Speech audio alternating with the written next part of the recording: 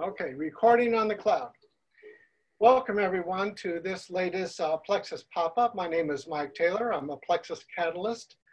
And we're honored today to have John Horgan, who's a writer, facilitator, connector, and thinker on all things scientific, particularly related to the consciousness. Just a couple of housekeeping things initially. We would ask that you mute yourself. It's very easy to mute yourself. If you look at your picture, there's a little icon with 3 buttons where you can click on muting yourself. We have the chat room open. Feel free to put any kinds of questions or comments in that chat. And what we're going to do is we're going to have sort of an interviewing session where I'm talking with John about his latest book, which I'm sure is going to be informed by his years of work. So his latest book, and I'm going to read this so I don't get it wrong, is Mind-Body Problems, Science, Subjectivity, and Who We Really Are. This is a wonderful contribution to the literature on the topic of consciousness, for a number of reasons. One, it is written so it is accessible from a variety of viewpoints. Another thing is you can get it for free, although we do not like to have people take advantage of free. You can get it on John's website. But John is a writer and a professor and a quite successful writer, writing a number of books, some around the topic of science, the history of science, and where the future of science, and is a contributor to Scientific American and is a blogger.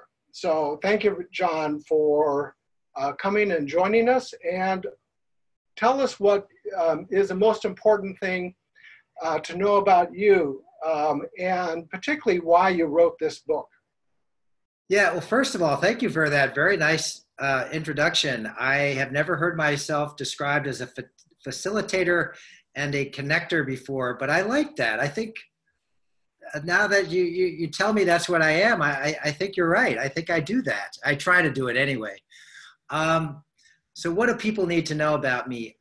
I think I'm a lifelong seeker. I hope that doesn't sound too pretentious, but from the time I was a really little kid, I have been baffled by life. I've really been mystified by it. I've been mystified when I look out into the world and when I see other people and when I see nature and animals and trees and all the things that comprise nature. And I'm also mystified when I look inside myself and when I contemplate myself. I didn't have any words to express this feeling when I was really small, but by the time I was a teenager, I was starting to read philosophy and read mysticism. I grew up in the 1960s, so like a lot of kids in my generation, I was dissatisfied with the religion that I was raised in. I was raised as a Catholic. That stopped making sense to me by the time I was 10 or 11, and I looked for alternatives, for systems, philosophies, theologies that would give me some of the answers that I was yearning for. And later on, I decided that science represented our best hope for answers to the really deep questions that we ask about the universe and ourselves. And I've been a science writer for 35 years now. I am still pretty mystified by things. I'm still always hopeful that I can find some answers that help me make sense of the world. But nothing I have found is totally satisfying. And so I'm always on the lookout for something new. Excellent. So how we're going to conduct this is that I'm going to be interviewing you until about 1:40, 1:45, something like that, then open it up for comments and questions. But I'd like to start with that larger picture because you're a seeker like a lot of people I do believe on this call. This kind of topic does draw out the seekers, I believe, probably. So you're going to Yeah. find a lot of friends on this call. But I want to start out with the bigger picture of science, because you've written about science and you've written how scientists are seeking answers and how they're sometimes successful, how sometimes they're not successful, and kind of the future of science. How would you, before we get into the book and what you wrote about in the book, where do you see science at this point in terms of understanding that big question and that very difficult question of consciousness? Yeah. Consciousness is sort of the enigma inside the riddle, inside the mystery of everything. So I used to, going back about, I don't know, 20 years or so, when I was sort of in the middle of my career as a science journalist, I thought that the biggest question that there is where the universe came from, why there is something rather than nothing, how we got this physical world that we live in, and looking out at the universe, all the galaxies, how did the Big Bang go bang? And now I think that mind is actually more important than that question of where the universe came from. Mind and consciousness. Without mind, there might as well be nothing. The universe might as well not exist. That's really how I see things now. So all of my investigations, and I think the investigations of most scientists and philosophers, keep taking them back to consciousness.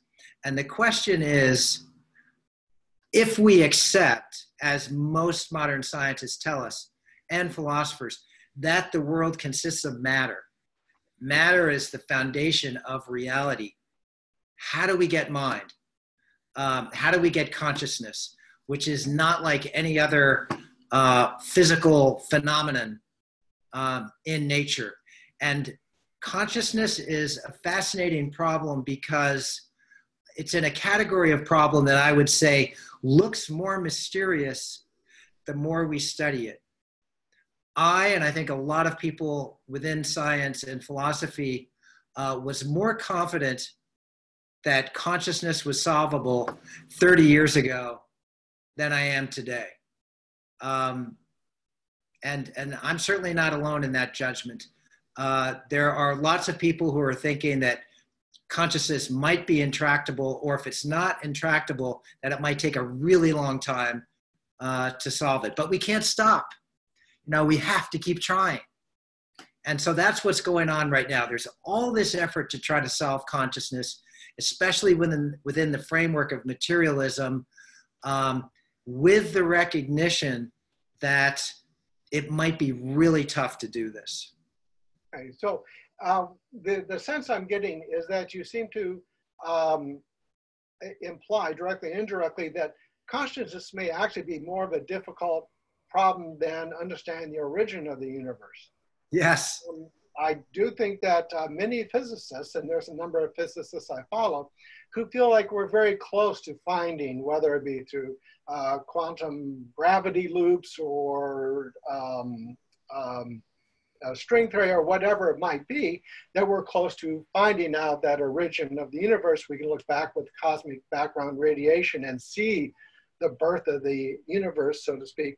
But consciousness, the universe within our heads, you're saying that's actually a more difficult problem in some ways. Yes, but first of it, I just have to make a comment about the origin of the universe and theories for how the universe came to be and why it takes its current form. I happen to have just reviewed the latest book by Stephen Hawking. It was published after his death. I reviewed it for the Wall Street Journal just last weekend.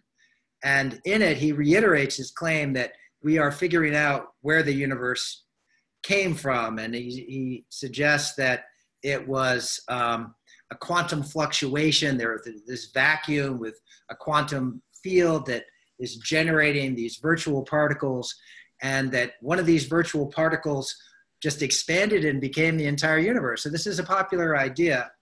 And the problem is there's no evidence for it. And also to say that this is how we get something from nothing isn't accurate, because a quantum field isn't nothing.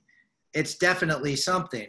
So I would say that the origin of the universe is also one of these mysteries that is looking more difficult to solve over time.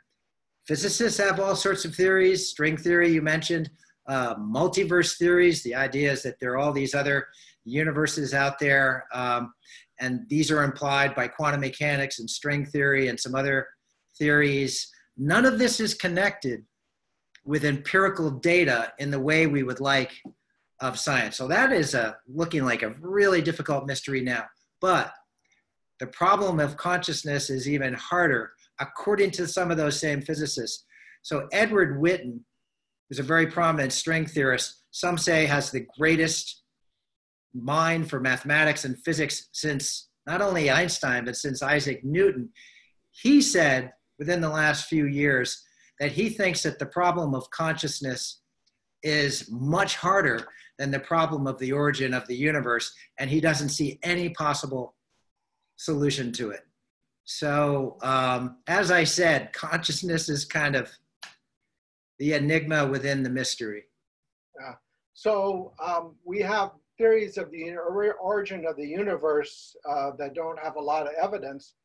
On the other hand, as pointed out in your book, we have a lot of theories of consciousness that have evidence, but they seem to be contradictory. Right. So evidence talking against evidence.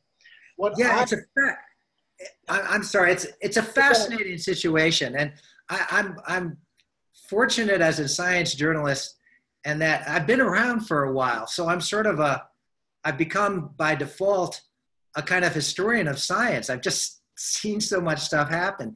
When I started writing about consciousness in the late 80s, early 90s, it was a very exciting time because Francis Crick and this young sidekick of his, Christoph Koch, very prominent neuroscientist, started saying that the philosophers have made a mess of consciousness.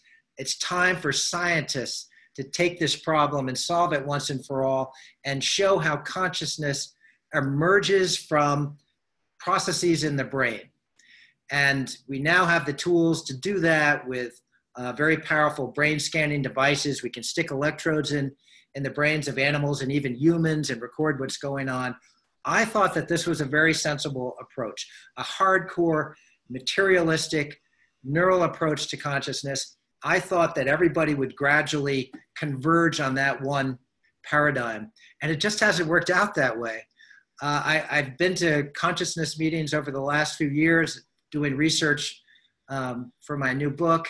And far from there being a kind of unifying paradigm, everything is wide open. There are all these different theories. So one of the most striking examples of this is that Christoph Koch, the former partner of Francis Crick in advocating this materialistic neural approach, he now is backing a theory called integrated information theory, which implies that consciousness pervades the entire universe, that consciousness is a property of any system with parts that interact and exchange information, including a single proton, which consists of 3 interacting quarks. This is the mystical doctrine of panpsychism. So for somebody as hard-nosed and mainstream, for Christoph Koch to advocate a theory like this shows that it's a brand new game right now, and anything goes. There are all these different theories out there. I used to be very critical of fields where there was a multiplicity of theories. I think this shows that the field is really immature, but now I'm excited by it. I think that the field of consciousness studies and the study of mind in general is really exciting because there are so many different ideas, all of which have their own pros and cons, and are really exciting to explore. I agree with you entirely. And one of the things that fascinates me is moving beyond that materialism, because materialism just hasn't worked out in so many practical ways. It's very difficult to figure out when you're working with matter, the separation between one form of matter and another. For instance, one thing that fascinated me a number of years ago was coming to understand how a gecko walks up a wall. A gecko walks up a wall by sharing electrons with the wall. It's called van der Waals forces. And literally the foot of the gecko becomes a part of the wall, but not permanently, kind of like temporary. That's great. I've never heard that. Yeah, so this is the mechanism that evidence the scientists has come up with. How can a gecko go travel up the side of a wall? It's because it becomes part of the wall and it shares matter. So when you're talking about consciousness, it's very difficult not to see consciousness, in my mind, being able to be contained with an entirely materialistic kind of phenomena. Because what is material? Yeah, so here's one way. I agree with you, and here's one reason why I think materialism has failed. It's a really practical, important reason. The assumption that we are our brains, that we are our bodies, leads naturally, it has some very important implications when it comes to mental illness, for example. So it's a reasonable assumption to think that it's stuff happening in the brain, disorders of the brain that lead to depression and bipolar disorder and schizophrenia and anxiety and things like that. And there's a whole area of medicine that's devoted to this. Modern psychiatry has pretty much been built on this assumption, and we treat mental illness with drugs and with electroshock therapy and these physiological approaches, and they just don't work very well. Psychiatry is a mess right now. The state of mental health treatment is a mess. We also haven't been able to come up with a better understanding and better, more accurate tests and diagnoses for mental illness based on the materialist assumption. By now, you'd think we could find particular scannable problems in the brain or particular genes associated with various diseases. We haven't found that. So I think if the brain approach had led to some of these practical outcomes in the same way that quantum mechanics started leading to all these very powerful technologies like integrated circuits and lasers and so on, if it had happened with the neural approach to consciousness, I don't think everything would be as wide open as it is now. At some of the conferences that I've been to recently, the favorite treatments for mental illness are meditation and Buddhism. Something that's thousands of years old. Mm-hmm. Psychedelics are coming back as a possible treatment for various mental disorders. So it's this combination of the failure on the theoretical level plus the failure in the applied realm that has led to this current situation. That's great, because this is where I wanted to bring this conversation, but I'd like to start it going back to your book on the mind-body problem. And what I really enjoyed about your book was that you brought in a lot of different voices that have been validated in various schools of thought and are leaders in various schools of thought around the mind-body problem and the consciousness problem. And you gave each of them voice, but their voices are very different. How did you come to decide to use that approach in your book? Yeah, well, the initial idea for the book came when I went to this workshop on this theory I was just mentioning, integrated information theory.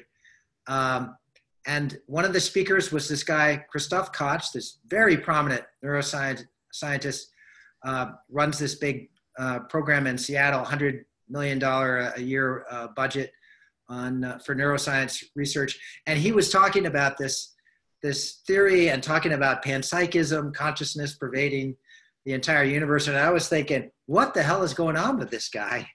Is he having a nervous breakdown or what?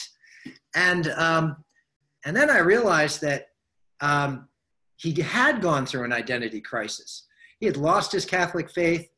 Francis Crick, his great friend and mentor, had died.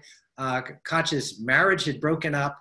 And I thought, well, of course, these events in his personal life would affect his professional judgment. I've seen that over and over again in my work as a science journalist. I've seen it in my own life.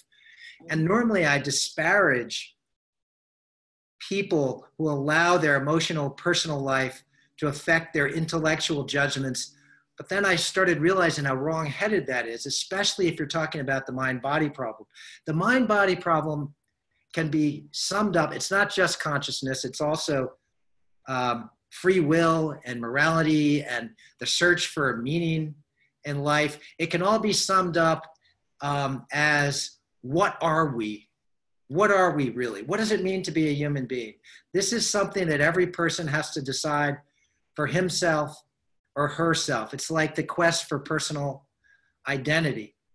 And the idea that there can be a single universal answer to this problem, I used to believe that. Now I realize it's absurd. And each of us has to come up with our own answers and is entitled to our own answers. And the diversity of humans and coming up with different answers is a wonderful thing. It's not something that we should try to get rid of. So to dramatize this idea of multiplicity and pluralism, I decided to write a book, not just about my own ideas, but the very different ideas of these major mind-body thinkers who also had struggled with the mind-body problem on a personal level, who had struggled with mental illness or alcoholism, or had failed marriages. One case, the tragic death of a teenage daughter. And so that was generally the idea behind the book. That's why I have these 9 portraits of these major people as the 9 major chapters of my book. Yeah, that's the other thing I admired about the book, is that you included the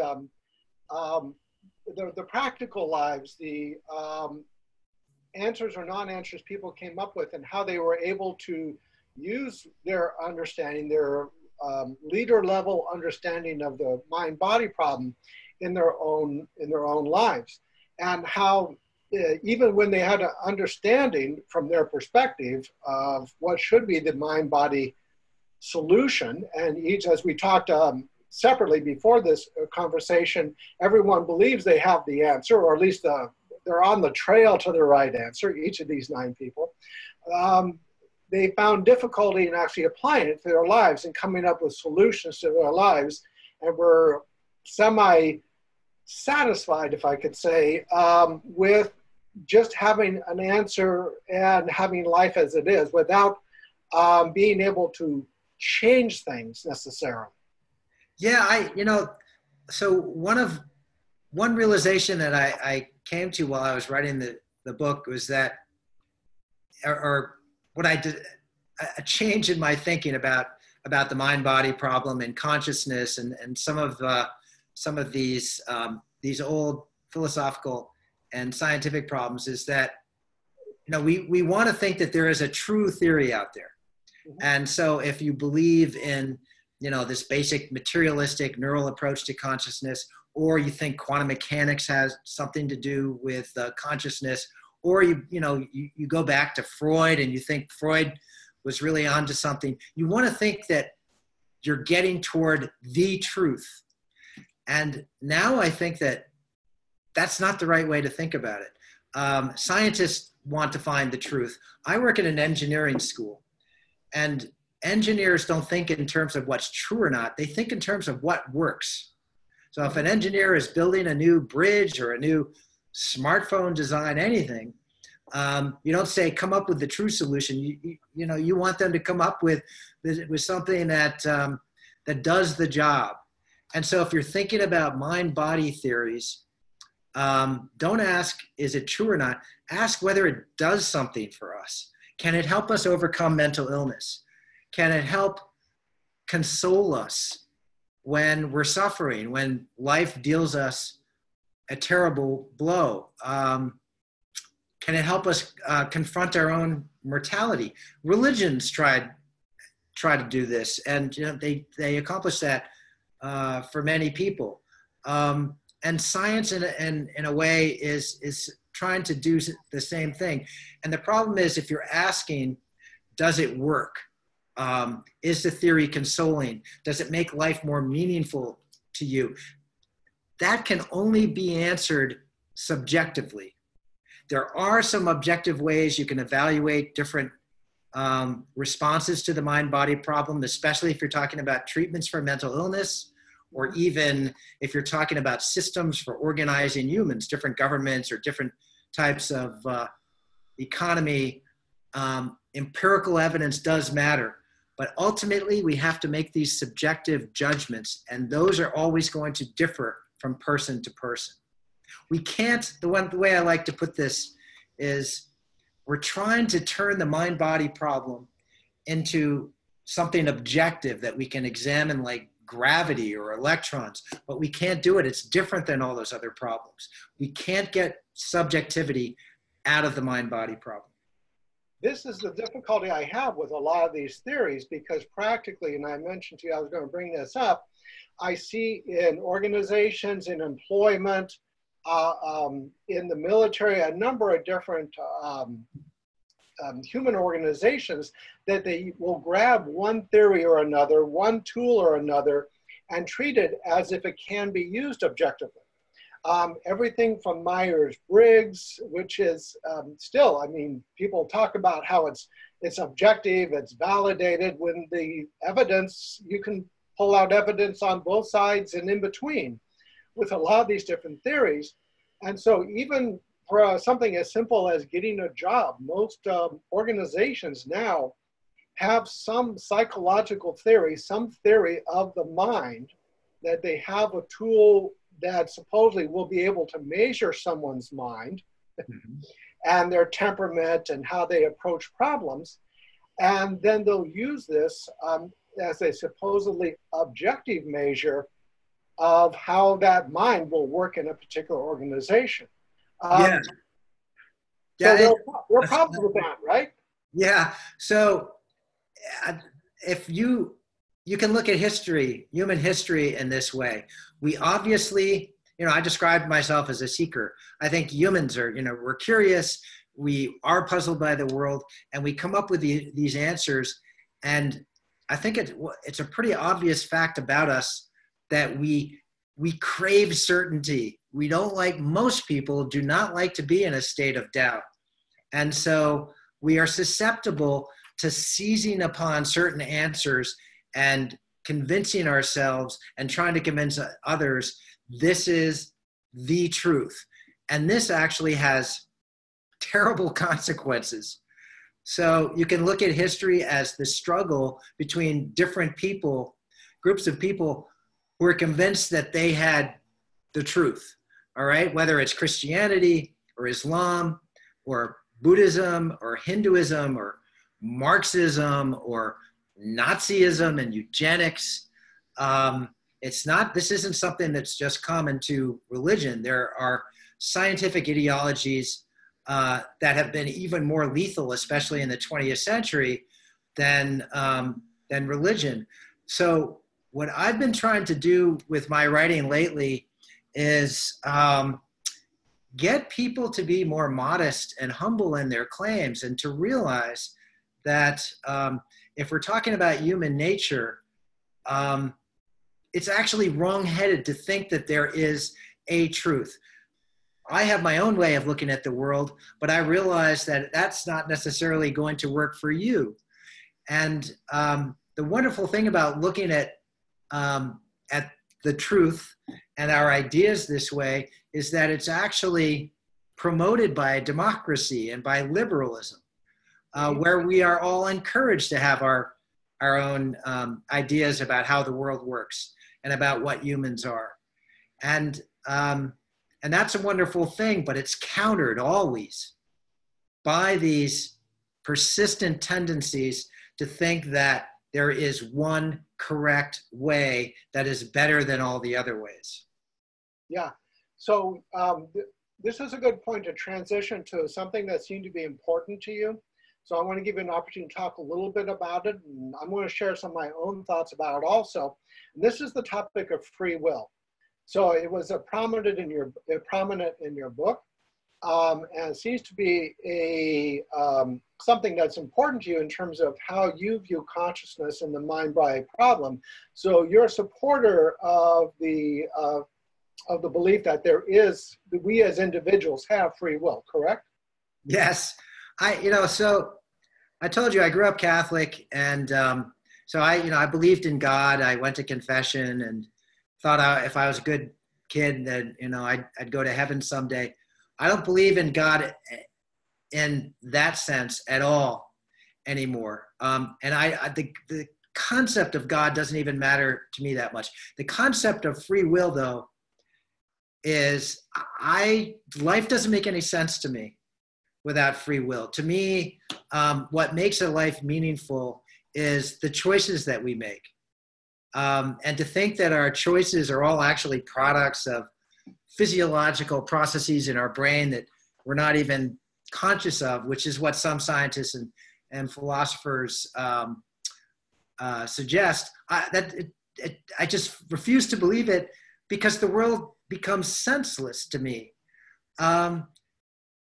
Free will cannot be demonstrated beyond a reasonable doubt given our current scientific framework. It certainly can't be demonstrated within the framework of hardcore materialism. But to me, it makes sense in terms of my own life experience, the choices that I've had to become a science writer, to get married, to have children.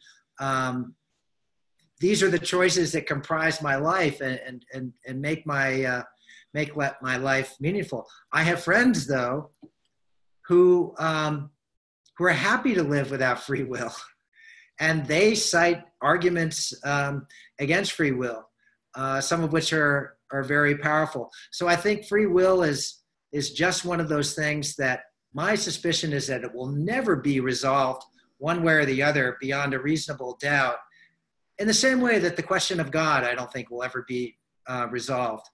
And so people can choose whichever version of free will or the lack of free will that makes their life meaningful. Excellent. Now, I'm also a believer in free will, but I have a different take on it, if you will. I believe there's free will, but it has to be actualized collectively.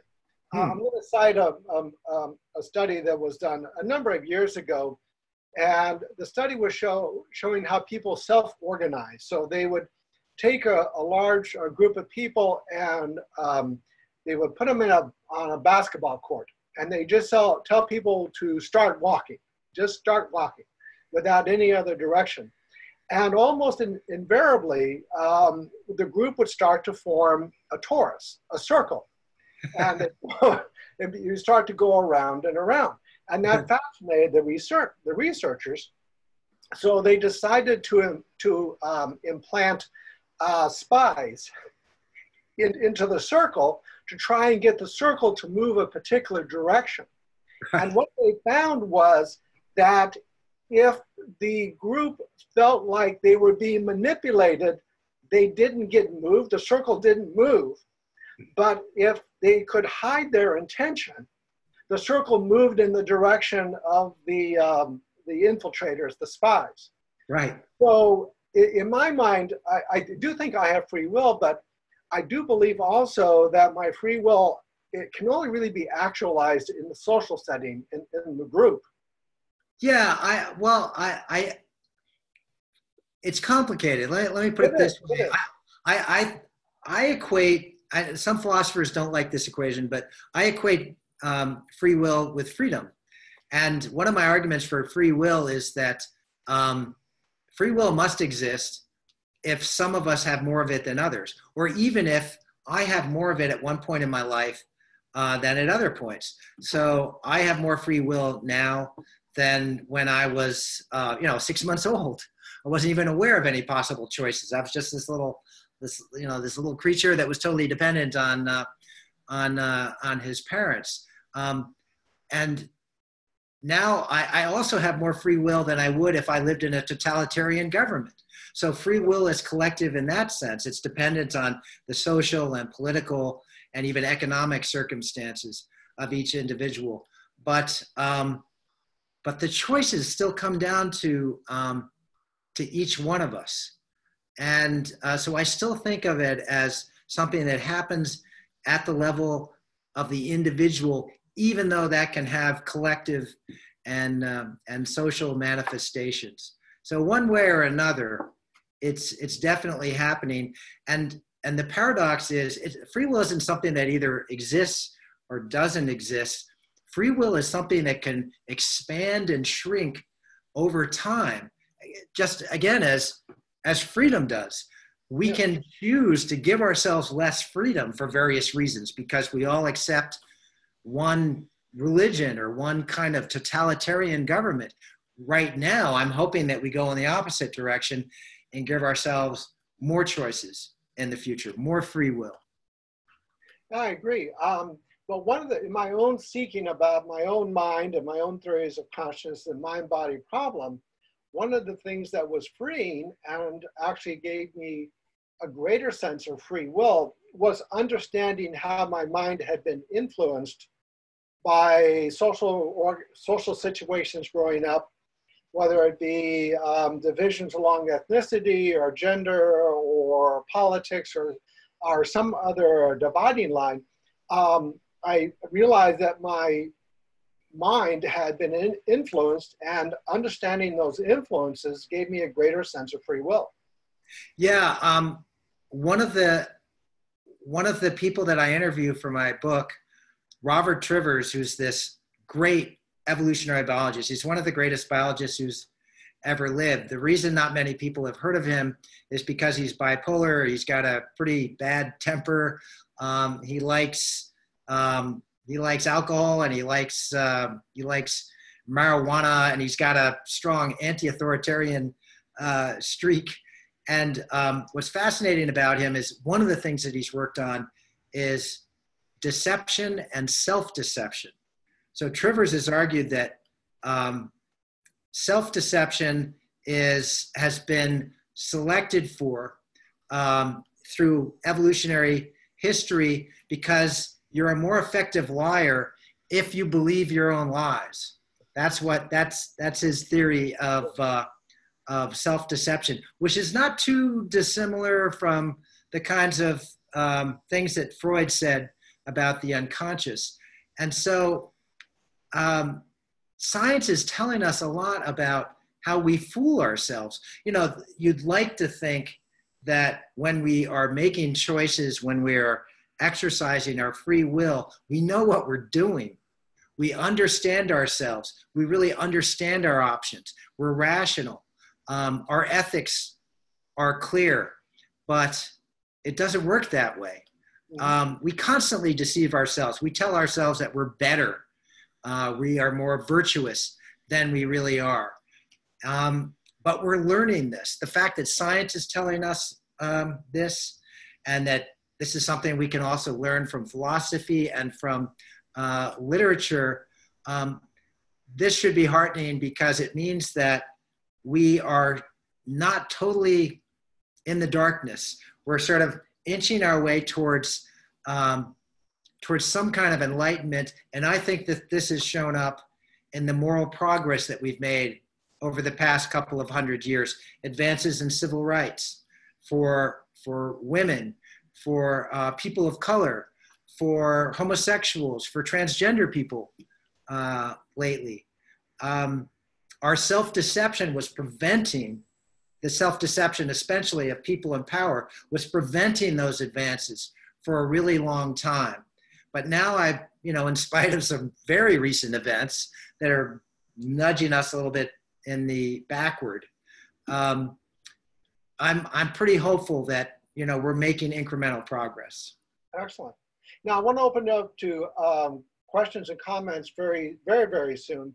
So if you could just briefly say, where do you plan to try to influence this conversation in the future, if you have plans to move this conversation further? But if you could keep it brief, I do want to allow the community to ask questions too. Yeah, well, I think it is mainly toward this.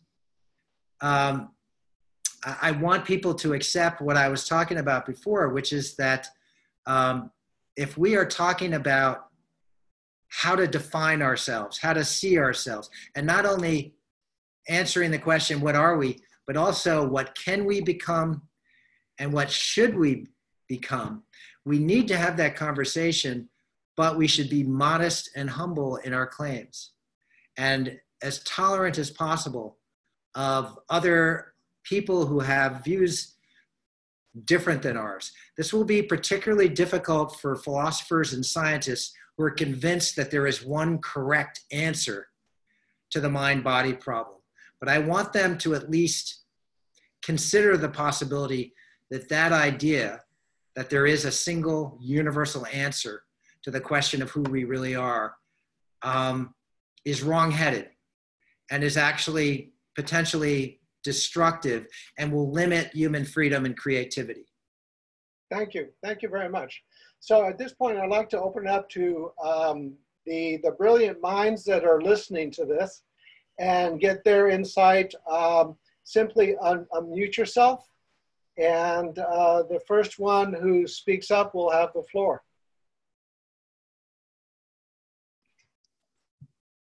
So, John, this is Tom Clark from naturalism.org. Hey. Really enjoyed your talk. Hi there. Long time. Yeah, how are you? Listen, first of all, I really appreciate what you're doing. I'm a seeker just like you. And as other people are here too. And so thanks for doing this and thanks for the book. But in terms of being humble, of being open-minded, I think scientists really are in the vanguard of being, how would I put it, epistemically humble before evidence. And I don't think actually we should be democratic in terms of how we should approach epistemology. I think really science is better. Empirical and intersubjective evidence is the way to go when deciding questions of fact. So if you just open up and say, well, we should all have our own opinions about these matters, then I think you're really, that's, I think, the dangerous thing. We should make the case for science, and I think that's something that you should be doing as a science journalist and someone interested in these issues. Yeah, that's a really good point, Tom. I guess I sort of go back and forth on this issue. I have just over the last few years, I guess I have become more sensitive to our ignorance.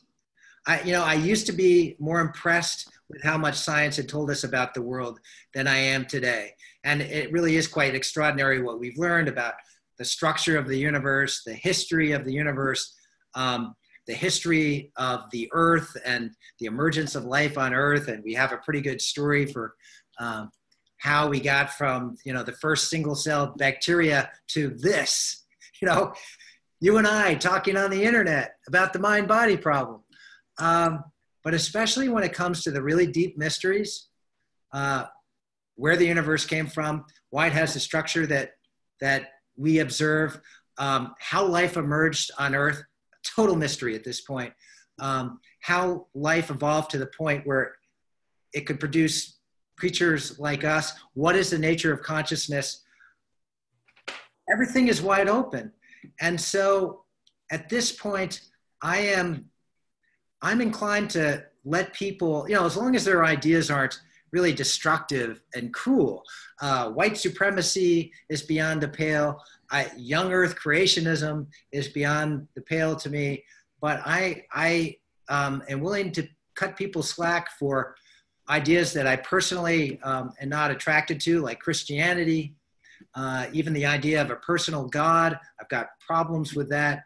But I guess I'm sort of allowing for emotion and compassion and empathy to creep into my intellectual judgments.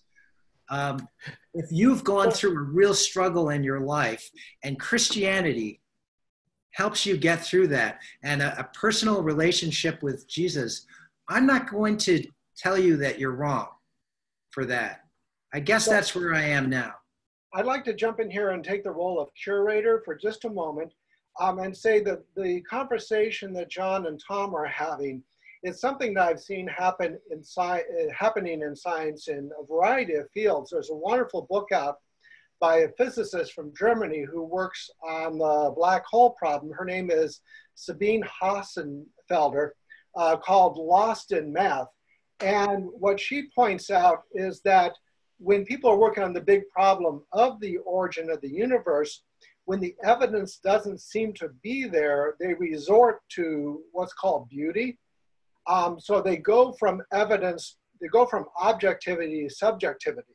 And so there's this discussion tension within science that's reflected in the comments between John and Tom.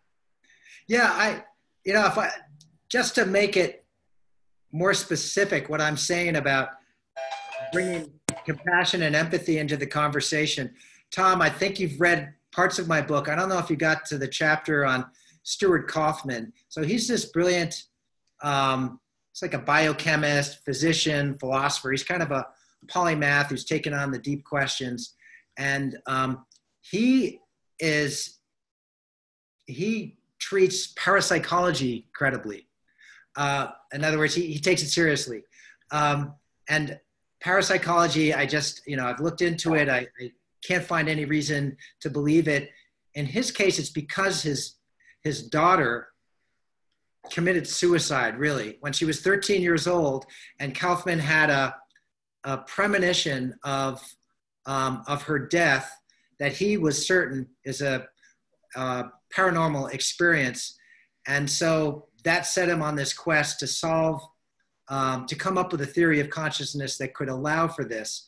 And I sort of felt like, how can I criticize him for that? It's the same way that I felt after learning that Christoph Koch had gone through an identity crisis before he glommed onto integrated information theory and panpsychism. He's got his reasons. He's got these personal reasons.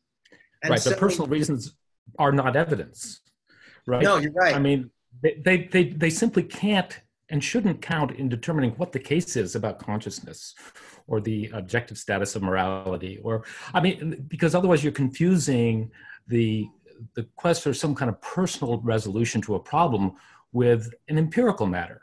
So I'll stop because I want to give other people a chance. Thanks, John. Yeah, good point, Tom. Good point. Well, I'll jump in to kind of go off of that, John. First of all, I've been listening. My name is Bob Heath, and I've been listening or reading your blog for quite a while, and I just kind of go back to the article you had in 2010 on cosmic clowning and Stephen Hawkins and the using the same old crap. But the idea of Leonard Susskind's coming up with what's called the holographic principle, where information cannot be destroyed. I think you can see the ripples going across on how that is changing the ideas of the mathematics of relativity, and also putting out new ideas on what consciousness can be, because the construct of space-time just being a construct of our mind in order to be successful. I'm sorry, you were just cut off there for a second.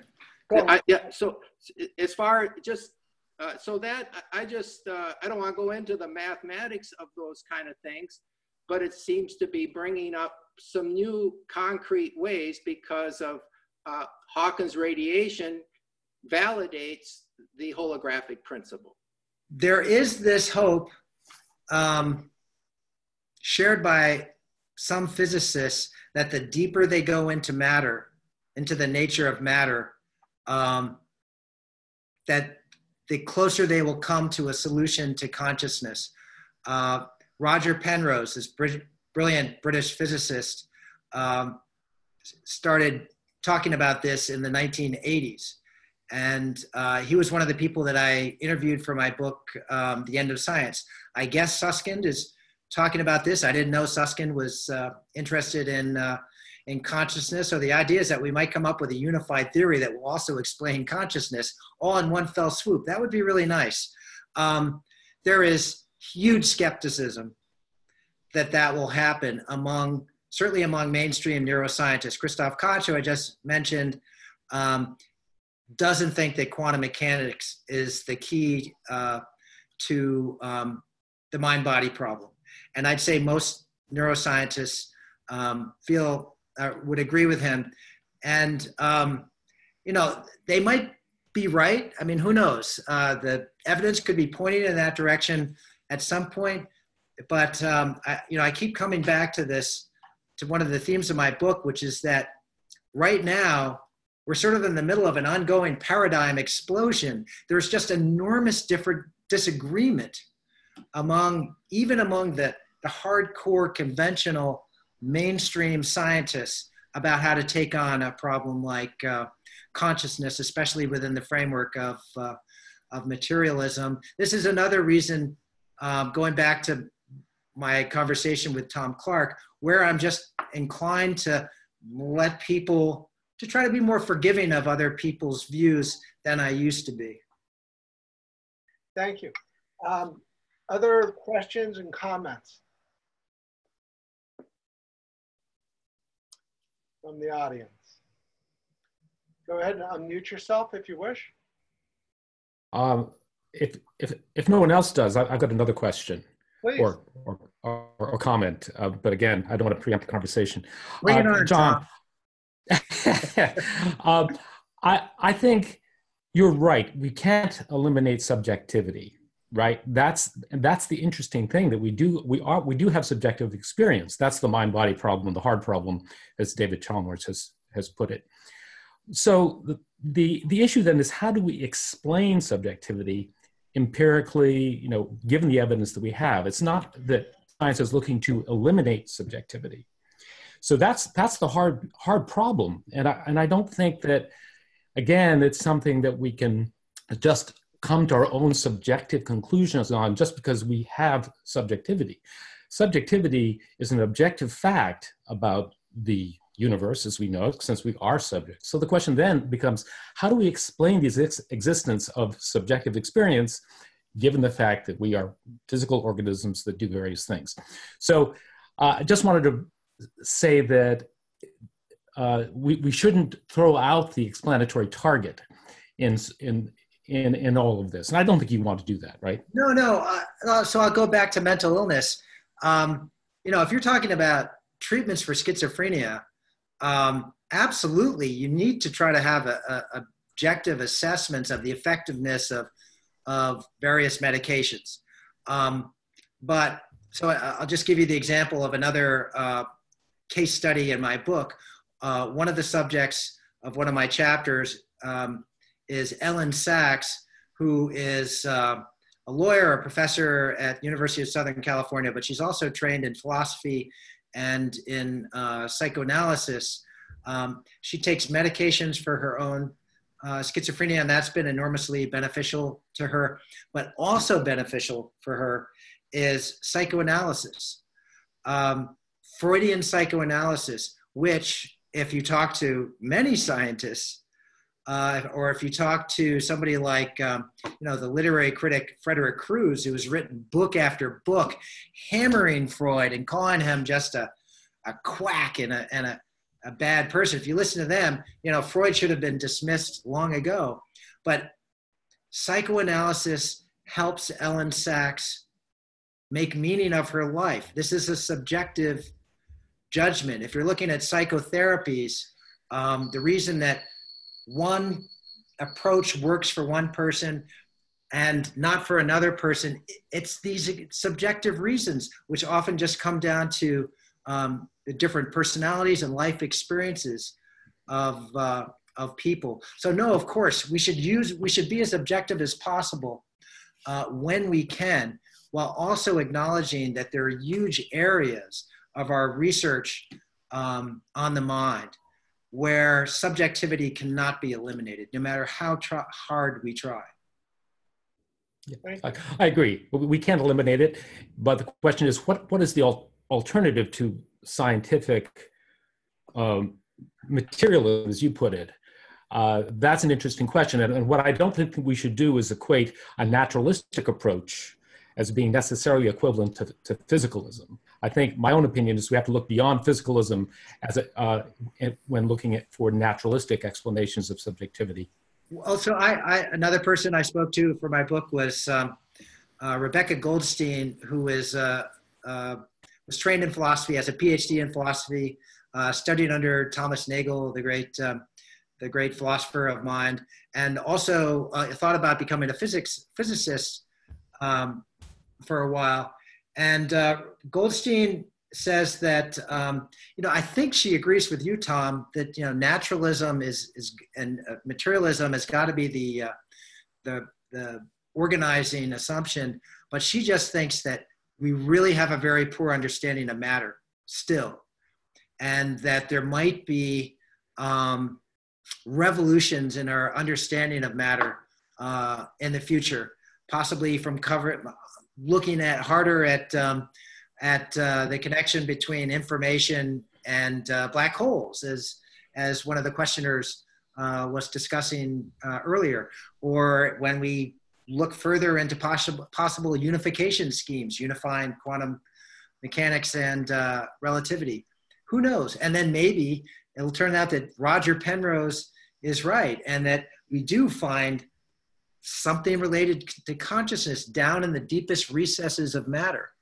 It's possible. Right now, it's not looking so good. So I agree about panpsychism. So I want you to comment, and we'll make this kind of like the final question because it's now just turned 2 o'clock. So we have a major public endeavor to map the brain. It was started by President Obama. You're familiar with this effort? Yes. Yeah. So what is your opinion about how this is likely to go and what we may find from this large public endeavor? All right. So it concerns me that one of the largest contributors to this federal brain program is the Pentagon, which has its own interests in brain research. It's looking at neural prostheses. These are devices that can be inserted into the brain that can help disabled people, like veterans who've lost the use of their limbs, regain function. But it can also be used to enhance healthy people and create bionic soldiers. There was just an article about this in the Atlantic within the last week or so, actually in the current issue of the Atlantic. So, this gets into the realm of what we can be and should be. Christoph Koch, actually to my dismay, has suggested that we need a crash program, federal crash program, to create brain chips for lots of people so we can keep up with super intelligent machines and keep them from racing past us. I think that's nuts, actually. But it's something that I'm following very closely as a journalist because I'm worried about its consequences. This is the area where, again, I think we need to be objective and we need to understand what is actually possible. We need to be wary of hype, but we also have to constantly be raising these ethical questions about how this technology will be controlled and how it can go off the tracks and lead us down a really dark road. Thank you very much. So in the interest of time, as the #1 rule of public speaking is you end on time, because people do have places to go. I want to thank John again very much. All the people on the call, feel free to sign up for the Plexus newsletter. Just go to the Plexus Institute website to sign up for the newsletter. We will have many pop-ups in the future, including some potentially on this topic. We found in our organization that one conversation leads to another. So if Tom or others on the conversation would like to lead a conversation or have a subject they'd like to suggest for the pop-up, we are completely open to that. And again, I want to thank everyone for joining. And again, John, I hope you get some book sales out of this. I do too, and I appreciate it. No problem. Thank you, sir. And thank everyone for coming. All right. Bye, you guys. Bye, John. Bye, Tom. Talk later. Take care. Okay, I'm looking to...